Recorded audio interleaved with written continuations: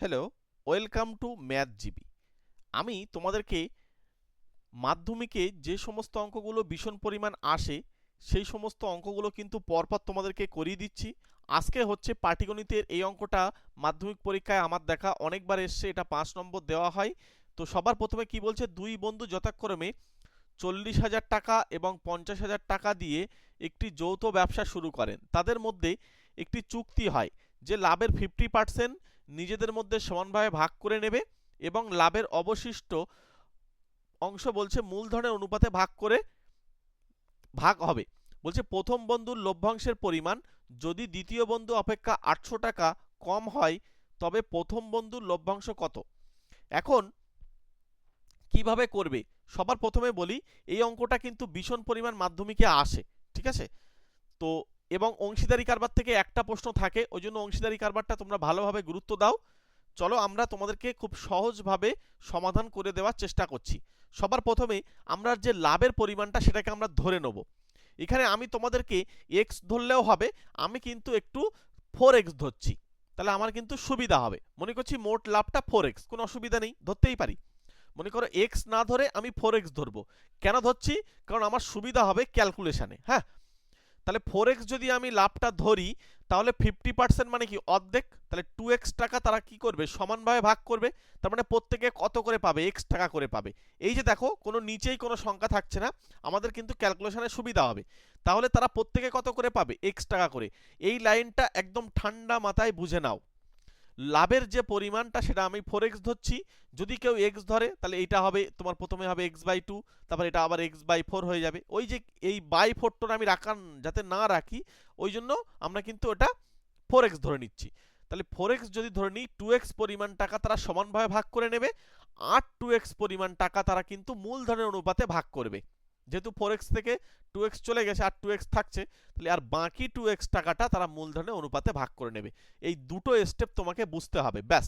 এবার অঙ্কটা আমরা প্রথমে ওদের মূলধনের অনুপাত বার করে নেব।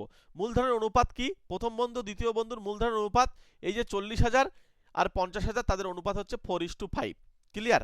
একদম সহজ অঙ্ক, জাস্ট তোমাদেরকে কনসেপ্টটা ক্লিয়ার রাখলেই পেরে যাবে।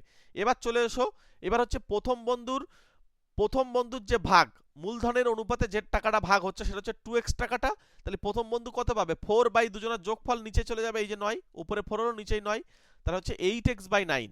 এই যে 8x/9 টাকাটা প্রথম বন্ধু কিন্তু পাবে, তাহলে দ্বিতীয় বন্ধু নিশ্চয়ই পাবে কত, ওই 2x এর মধ্যে 5/9, এই যে 5টা বাই 9 পাবে, তাহলে 10x/9। তাহলে এটা কিন্তু দ্বিতীয় বন্ধু টাকা পাচ্ছে, এটা প্রথম বন্ধু পাচ্ছে, এটা দ্বিতীয় বন্ধু। তাহলে প্রথম বন্ধুর মোট আগে ছিল x টাকা করে পাচ্ছিল, তাহলে প্রথম বন্ধু মোট কত পাবে, এর সঙ্গে এক্স যোগ হয়ে যাবে।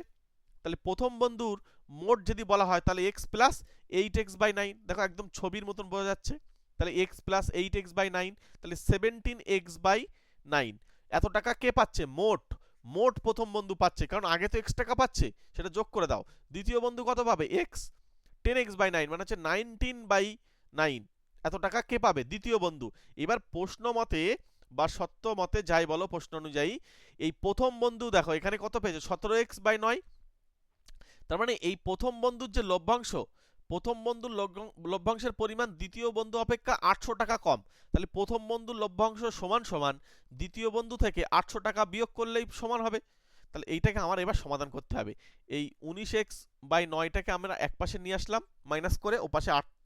এখানে দেখো এই 19টাকে আগে রাখলাম, রেখে না মাইনাসটাকে আমি এখান থেকে কেটে দিচ্ছি। এই লাইনটা আমি দরকার আরেকবার এখানে ফ্রেশ করে দিই। হ্যাঁ, এখানে মনে করো এই 17x বাই হচ্ছে 9 মাইনাস 19x বাই হচ্ছে 9 ইজ ইকালস টু -800 হয়। এই মাইনাসটাকে অ্যাকচুয়ালি আমি এই পাশে গুণ করে দিচ্ছি। মানে এখান থেকে যদি মাইনাসটা কমন নিই, তাহলে এখানে যদি মাইনাসটা কমন নিই ব্র্যাকেট দিয়ে, তাহলে এখানে দেখো এইখানে একটা মাইনাস হয়ে যাবে, এটা প্লাস হয়ে যাবে, আর এই মাইনাসটা তখন চলে যাবে। ওই জন্য আমরা এই ক্যালকুলেশনটা এইভাবে লিখি, তোমরা তোমাদের মতন করে ক্যালকুলেশন করে নেবে। তাহলে নিচেই 9, উপরে হচ্ছে 19x minus 17x equals to 800। তাহলে এখানে দেখো লসাগু 9 থাকলো, আর এইখানে দেখো উপরে হচ্ছে 2x, আর এই 9টা এই 800 সঙ্গে কিন্তু গুণ হয়ে যাবে। তাহলে x এর মান কত, 4 9 36। তাহলে x এর যে মান 36, এটা কিন্তু উত্তর না, আই রিপিট এটা উত্তর না। তাহলে উত্তর কোনটা আমার চাইছে কি, তবে প্রথম বন্ধুর লভ্যাংশের পরিমাণ কত।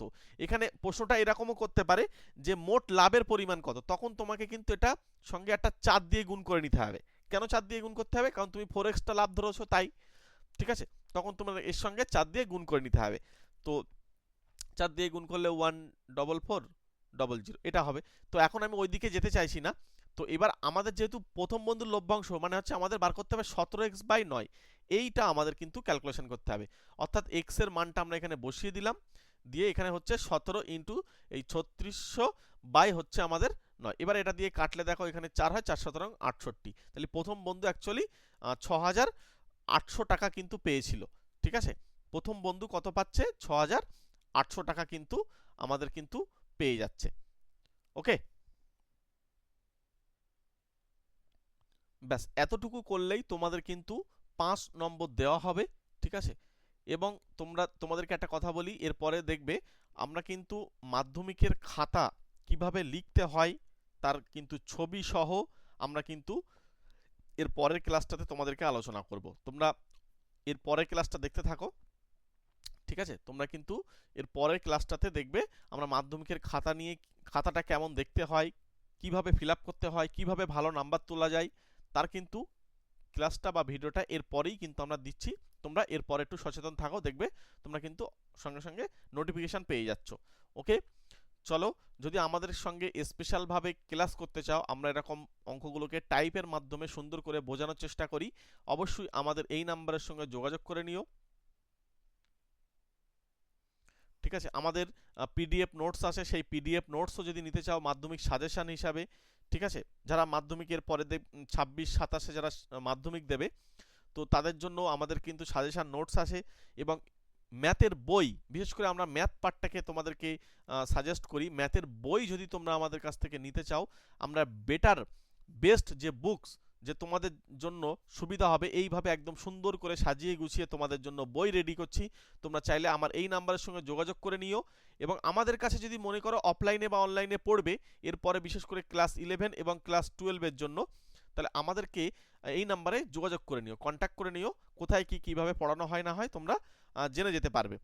চলো, তাহলে আমরা ক্লাসটা এখানে ছাড়লাম।